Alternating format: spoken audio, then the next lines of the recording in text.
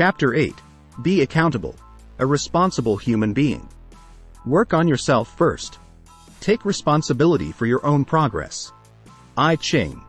What does behaving responsibly mean? Though everyone dreams of riding into the sunset in a convertible and throwing caution in the wind, you can only be James Dean for so long. The truth is that behaving responsibly adds meaning to our lives and allows us to develop character, forge meaningful relationships, and get ahead in the work world. Remember that pet turtle who died because you forgot to feed him? Let's not let that happen again. If you want to learn how to be responsible, just follow along. Why do people avoid responsibility? It's tempting to blame everyone around you for your troubles. Pointing your finger at coworkers and claiming you have nothing to do with poor outcomes? Yes, that's the easy part. But I want to let you in on a little secret. The more rewarding path in life comes from a place of personal accountability, not blame. How can this be? Personal accountability is the belief that you are fully responsible for your own actions and their consequences. It's a choice, a mindset, and an expression of integrity. Some individuals exhibit it more than others, but it can and should be learned, as it is not only the foundation for a successful personal, professional life, but also a prerequisite for happiness. You see, your challenges in life are real and will always exist. It's highly doubtful that life will go your way 100% of the time. However, that doesn't mean that these challenges should turn into excuses. Once we stop focusing on what's happening to us and focus instead on what we can do within our current circumstances to succeed, we will get the results we're looking for. These results will lead to a happier, more engaged attitude, particularly at work. It reaffirms that you are the architect of your life and that you can handle whatever life tosses your way, especially if you believe that you can do all things through Jesus. Philippians 4:13. Why behave responsibly? Do you want to be more successful? At work? At home? Do you want to be more relaxed, less anxious, and happier? One of the most powerful ways to achieve these is to make a life-changing choice, and that is to simply be accountable. Some people go through life feeling that they are victims. They never associate their own actions with why they are where they are in life. Instead, they are convinced that they are victims of bad timing, bad luck, unfaithful friends, unreliable family members, or employers who are unscrupulous or hate them or favor others. They are never responsible or accountable or to blame for any ill fortune that befalls them. Feeling victimized has nothing to do with ability, intelligence, social background, or education. Feeling victimized is a state of mind. In The Little Prince, the prince tells his visitor, "It's a question of discipline. When you've finished washing and dressing each morning, you must tend your planet." Ambrose Bierce defined responsibility as a detachable burden easily shifted to the shoulders of God, fate, fortune, luck, or one's neighbor. His point is well taken. We can spend our lives making excuses for why we didn't achieve our goals. We can choose to blame luck, others, or the weather for why we weren't successful. Or we can choose instead to be accountable and take responsibility for our circumstances. What's involved with personal accountability? 1. Being committed. Being committed means you are willing to do what it takes to get results, no matter what the challenge or task at hand. It means buying in readily to what is asked of you, even if it isn't in your immediate job description. Those who are accountable are willing to fulfill a larger role for the good of the organization. Studies show that high school athletes actually do better in school. The commitment to sports helps them develop a responsible daily routine that helps them get things done not just on the playing field but in other areas of their life as well. When you want something done, ask a busy person. My mother always advises me. And she is right. Busy people always find time to come through for others because they are committed. 2. Taking initiative. If you see something that needs to be done, don't wait for somebody else to do it. As Gandhi advises, be the change you want to see. Everyone can make a positive difference. Remember the man who was bringing love back to New York one interaction at a time? Taking charge will empower you. This will make a difference to your self-confidence, and it will improve other areas of your life too. Initiative is contagious. When others see you taking action, they too will get enthused to take initiative. Initiative is self-promotion. When your teachers, your bosses, or your parents see that you are someone who will step up to do something, they will have greater confidence in you and they will give you more responsibility. This will give you greater confidence and increase your initiative. Looking for a job promotion? Take responsibility. Do a little more than your boss wants you to do. Care deeply about the organization, not just your paycheck. Bosses promote employees who love the organization and have a great sense of responsibility. 3. Being reliable. It's part of being a responsible person that other people can depend on. If people never ask you to help with homework after school or to do something extra at work or to give them a ride because they just know you'll let them down, then you aren't being responsible. If you promise to do something, be a person who keeps his word. Being responsible doesn't mean being a doormat. It's okay to say no if you haven't the time or would be inconvenienced or it would be a hardship or the request is outlandish. But if you agree to help someone, then being reliable means you will not let them down. 4. Avoid procrastination. In the first chapter of my book, It's in Your Hands, 5 Strategies to Achieving Your Life Dreams, I devoted chapter 1 to procrastination. If you have a chance, buy that book on Amazon.com. Irresponsible persons often delay and waste time avoiding a task. They are the ones who miss meetings, ignore deadlines, don't study for tests, and turn in shoddy work because they didn't start soon enough. Procrastinators cram at the last minute, depriving themselves of sleep and using stimulants to stay awake. Don't be a procrastinator. It irritates those with whom you live and work and play.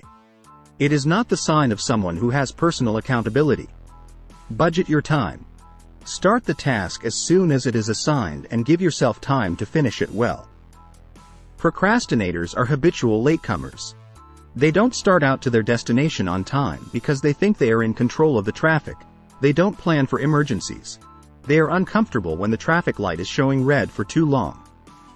When they eventually reach their destination, they rush from their car in the parking lot to their destination thinking they will cover the time lost within those few steps.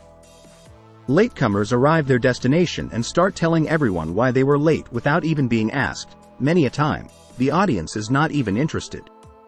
5. Be resilient. You can prove you have personal accountability by taking ownership for tasks and not folding in a whiny heap when the going gets tough. We all hit snags. Everything in life isn't a breeze. Don't throw a pity party when there's a snag in your plans. Resilient people learn to roll with the punches. Being personally accountable every time you hit a bump in the road? Are you quick to give up at the first sign of trouble? Yes, it's a valid feeling, but acting on it could mean you are, how shall we say, less than resilient. Channel your inner tenacity and make an effort to bounce back quickly from setbacks. Push on no matter what and you may realize you are stronger and more capable than you knew. 6. Be consistent. Your personal accountability won't amount to a hill of beans if it isn't consistent. People in your family, at work, in your community, and your circle of friends need to find you the same every day. Find a workable routine and don't just hit or miss. For example, don't spend an entire day cleaning your room only to ignore it for days and be right back in the same place again. Don't organize your notebook and fall right back into the bad habits that got it all mixed up in the first place. Be consistent with studying, note-taking, filing, report writing, whatever responsibilities you have. Be very consistent in praying to God. That way, your strength is continually renewed. Study shows that most individuals who have sunk into clinical depression did not spend quality time praying. Apart from the fact that God hears your prayer, prayer performs a relief action for you. Your nerves and your mental state relax knowing that someone else is in charge of your problems. And believe me, He is. 7. Be helpful. Helping others makes them feel good but also makes you feel good about yourself. Being accountable means looking out for others as well as yourself. Develop a habit of a responsible person. Help out your grandparents, your friends, your colleagues, your community. 8. Take ownership. Taking ownership means accepting the blame but also the credit for the things you do. View both accomplishments and setbacks as part of the stepping stones to getting better at whatever you do. With success comes happiness. 9. Be responsible for your possession. Responsible people look after their own things. That includes your car, your money, your home, and your pets. It means locking valuables in the trunk or a safe or a safety deposit box. It means filing important papers in a safe place. It means protecting your identity. It means keeping your workspace organized and tidy. Keeping your keys in a place where you can always find them. Your sunglasses in a case where you can grab them when you need them. It means guarding your phone, your tablet, your laptop, your jewelry and your prescription glasses so these never need to be replaced. 10. Stop making excuses. Pearl Buck said, "We need to restore the full meaning of that old word, duty." It's the other side of rights. We will always have things we cannot control. The things we can control are our responsibility. Irresponsible people shift the blame to those factors not under our control. The weather, economic climate, someone else's behavior, unclear instructions, a supplier's misshipment, a clerical error. They use these as excuses. Excuses suggest, I am not responsible for this because, in essence, you are telling people, I am not responsible. Another common excuse is, if then I would have, nice but not taking responsibility. The next time you start to make an excuse, catch yourself. Instead, admit why you really didn't get that thing done. It's best to admit your real reasons for not doing something. 11. Admit your mistakes. I was just telling my husband few seconds ago that one of the reasons why some people have problems in their marriages is pride. They think that admitting that they have made mistakes will hurt their pride with their partner. They refuse to give themselves permission to change their minds. Have you ever thought of the cost of starting a brand new relationship and studying another human being all over again? Why not swallow your pride, take responsibility and work on your current relationship? Making mistakes is never fun, but people with personal accountability don't view them as failures. Rather, they view them as teachable moments that will help make them better and more successful in the future. They resist the urge to pin the blame on outside forces and, instead, use what they've learned to open up new options for the future. Mistakes are not character flaws. They are opportunities to learn. People who take personal responsibility look at the situation as a chance to talk about how this can be avoided next time. Making the most of a mistake as an opportunity to learn and being upfront about the mistake is a clear sign of accepting responsibility. Others think highly of you if you take personal accountability for it. You are being responsible when you say, I really messed up here. I won't do it again. 12. Avoid scapegoating and blaming others. You failed the math test because you didn't study, not because your teacher hates you. You cheated on your test because you chose to do so, not because the teacher didn't safeguard the test. You were late because you slept in, not because your mother forgot to wake you. Why is it that you are always late because there was traffic? Have you thought that other people also travel through the same freeway and get to work on time? If there is always traffic on that freeway, then start out early. Of course, life isn't fair. There will be flat tires and speeding tickets and detours and accidents that slow traffic. Guess what? Others encounter these too. You can't spend your life blaming things on your parent, your siblings, your teachers or the dog. As Erica Jong noted, when you quit blaming others, there is no one left to blame but yourself. An extreme way you should avoid is trying to blame yourself for everything. That is not what I am talking about here. Just admit it that sometimes, things go wrong. 13. Accept constructive criticism. Jim Rohn said, you must take personal responsibility. You cannot change the circumstances, the seasons, or the wind, but you can change yourself. If the feedback is indeed constructive, a responsible person owes it to himself to be open to criticism. Acknowledge graciously when someone has given you useful feedback. Used correctly, this criticism can help you improve and be more successful. Whether it is at home, at work, at school, or in your community, when you listen to others, a family member, your teachers, a member of the clergy, a psychiatrist, your boss, your doctor, your personal trainer, or your friends, you learn something. After listening and considering, you may decide the friendly advice or professional warning isn't useful, or it is mean-spirited, or the person giving it has no idea what he is talking about. However, the responsible thing to do is to listen, consider, and use what seems applicable. It is irresponsible to refuse to listen to helpful suggestions. You need not take them, but you owe it to yourself, your family, your employer, your friends, to at least think about it. Keep in mind that your family, your teachers, your superiors, and your friends may have difficulty giving you criticism. It is a risk to the relationship they have with you. Treat it as a gift to you, not as a personal insult. You don't have to take it, but you can listen and thank the person for his concern. 14. Be a lifelong learner. Continuing to learn from every mistake, every success, every new experience, every person you meet is the way to be personally accountable. As Michel Legrand put it, the more I live, the more I learn. The more I learn, the more I realize, the less I know.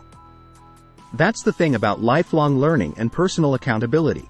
It's a lifetime process. You owe it to yourself to continue to grow and change and learn.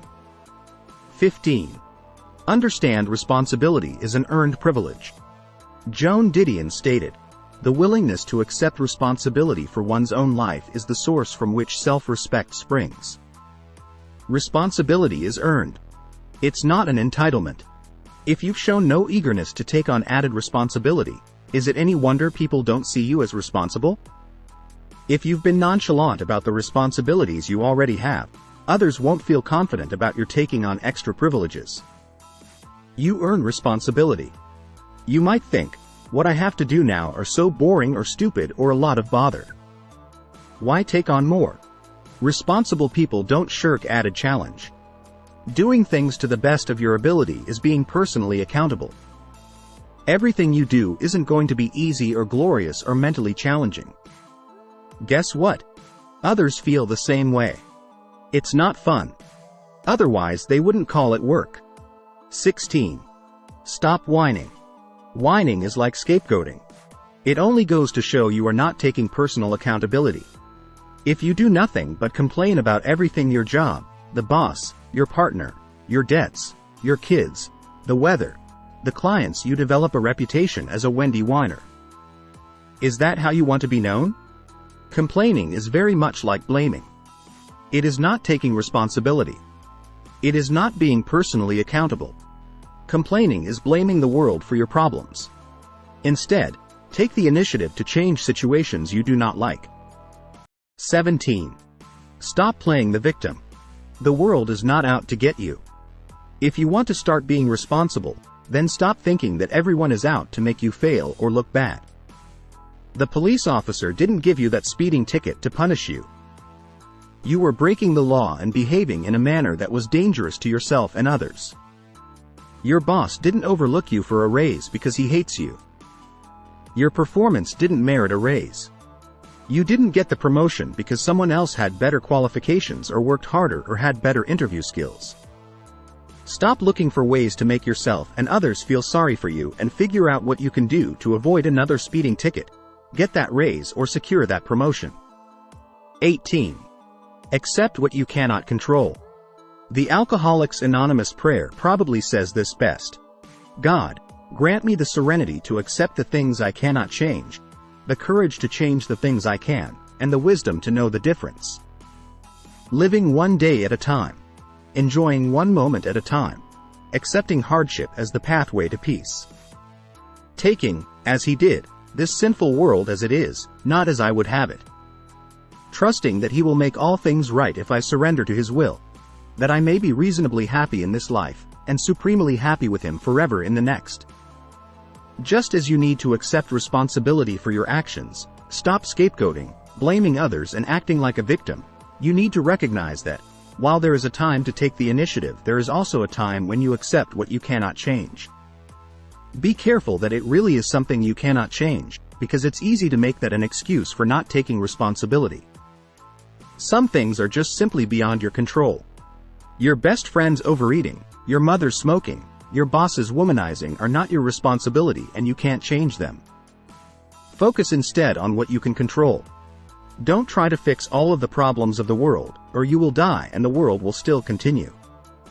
My father, late Elder John-Nwankwo, once told me that the best person to have died for the world was Jesus Christ. He has already done it, my daughter, so cherish your life. 19. Practice self-discipline. When you practice self-discipline in the way you talk, you eat, you think, and you do it repeatedly, it becomes a habit. As Jesse Owens observed, we all have dreams. But in order to make dreams come into reality, it takes an awful lot of determination, dedication, self-discipline, and effort. Responsible people are accountable for their actions. They don't drink and drive. They don't overspeed. They don't murder and steal. They do not take drugs, smoke, or drink to excess. They don't set fire to people's houses, abuse their family or their pets.